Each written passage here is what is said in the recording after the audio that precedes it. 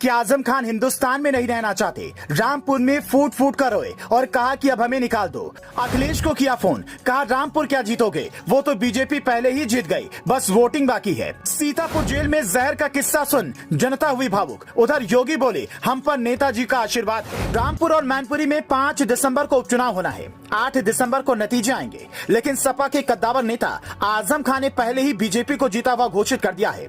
हम आपको उनका ये बयान सुनवाए, उससे पहले ये सुनिए कि वो हिंदुस्तान में रहना क्यों नहीं चाहते हैं। जिस रामपुर में कभी आजम खान की तूती बोलती थी, जहां वो डीएम से जूते साफ करवाने की बात करते थे, वहां एक रैली में पहुंचे तो फूट फूट कर रोने लगे। आजम खान ने कहा मैं आज तक नहीं जान पाया कि मेरा कसूर क्या है, क्यों बीजेपी सरकार मेरी जान की दुश्मन बनी हुई है। मुझे सीतापुर जेल में जहर दिया गया, मुझे धीरे धीरे मारना चाहते हैं। मैं इसीलिए जिंदा हूं क्योंकि खुदकुशी हराम है। मैं इंतजार कर रहा हूं मुझे कब देश निकाला मिलेगा। मेरे परिवार से लेकर सबको यातनाएं दी गई। अगर मुझसे कोई बदला लेना चाहता है तो मेरी जान हाजिर है। मैंने कभी किसी से बदला नहीं लिया। भैंस चोरी, बकरी चोरी और किताब चोरी जैसे मुकदमों के आरोपी आजम खान ये बोलते बोलते ही रो पड़े। राजनीति में इसे सिंपैथी पॉलिटिक्स कहते हैं, लेकिन इस मामले में योगी आजम खान से कई कदम आगे हैं। करहल में पहुंचे सीएम योगी ने तो ये कह दिया कि आजमगढ़ से लेकर रामपुर तक लोकसभा चुनाव में हमने जो जीत हासिल की वो नेताजी का आशीर्वाद है। योगी अपनी सभा में मुलायम सिंह यादव को श्रद्धांजलि भी देते हैं, जबकि शिवपाल सिंह यादव को पेंडुलम बताते हैं। सीएम योगी के इस बयान के पीछे भी बड़ी वजह है। दरअसल साल 2018 में जब शिवपाल यादव ने सीएम योगी से मुलाकात की तो उन्हें जेड प्लस सिक्योरिटी दी गई। कुछ लोग कहते हैं उस वक्त शिवपाल अखिलेश के खिलाफ थे, इसलिए ऐसा किया गया।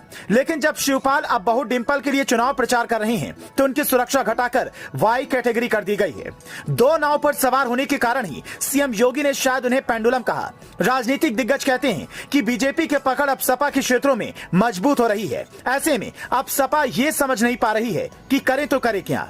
शायद इसीलिए अभी से ही नया ट्रेंड चलाया जा रहा है कि बीजेपी दहशत के दम पर चुनाव जीतने वाली है। आजम खान ने कहा सुना है अखिलेश यादव यहाँ आने वाले हैं। मैं तो उनसे यही कहूंगा कि आप चुनाव आयोग से ये अपील कीजिए कि वो बिना वोट के ही बीजेपी उम्मीदवार आकाश सक्सेना को विजयी घोषित कर दें, क्योंकि यहाँ सपा कार्यकर्ताओं पर काफी जुल्म हो रहा है। दरअसल आजम खान इस बयान के बहाने ये दिखाना चाहते हैं कि समाजवादी पार्टी की छवि साफ सुथरी है, लेकिन ये प्रदेश की जनता भी जानती है कि सपा सरकार में प्रदेश का क्या हाल था, अब क्या हाल है।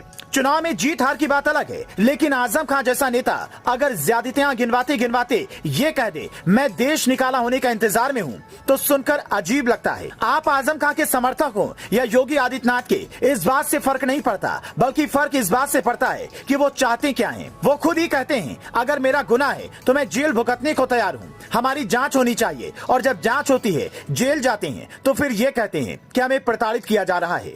आजम खान के इस बयान पर केशव प्रसाद मौर्य कहते हैं कि ये सिर्फ घड़ियाली आंसू हैं। यूपी का मुसलमान उनकी बातों में अब नहीं आने वाला है। आप इस बारे में क्या सोचते हैं, हमें कमेंट करके जरूर बताइएगा।